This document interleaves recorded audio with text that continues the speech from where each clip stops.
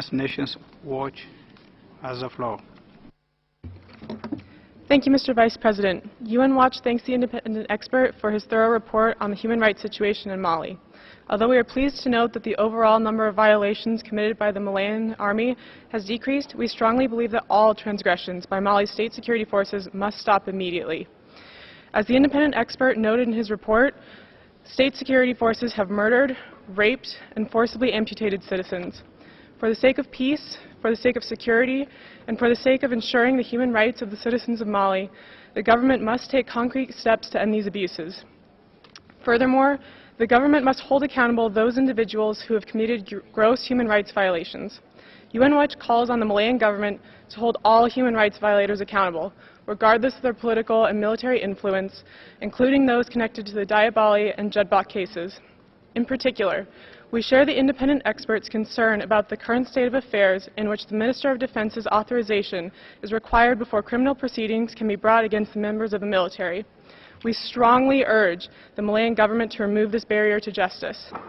In addition, we call on the Malian military to immediately cease practices of torture and arbitrary and mass arrests based on ethnic, political, and religious identity. This includes the mass arrests of individuals of both the Pool and Arab communities.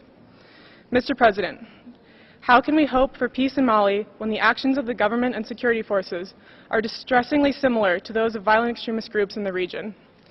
Mr. Independent Expert, given current political realities, what steps can the Malian government realistically take to effectively reform the current military culture, which as it stands facilitates the violations of human rights? Moreover, how can the international community encourage and support these efforts? Thank you.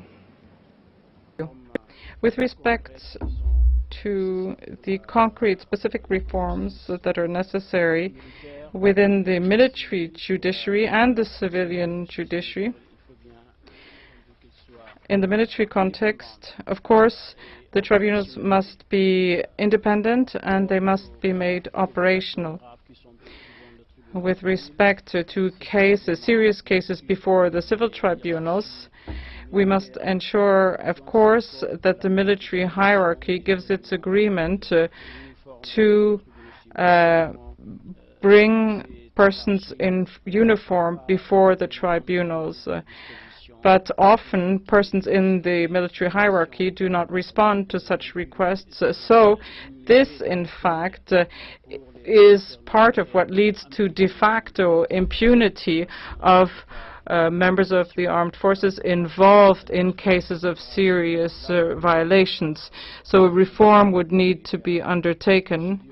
And at this very moment, there are proceedings, for example, against members of the military. And in this context, there would need to be a firm response from the military hierarchy to make sure that the civil tribunals and the judiciary administration can have before it persons against whom there are in uniform, against whom there are allegations of serious human rights violations.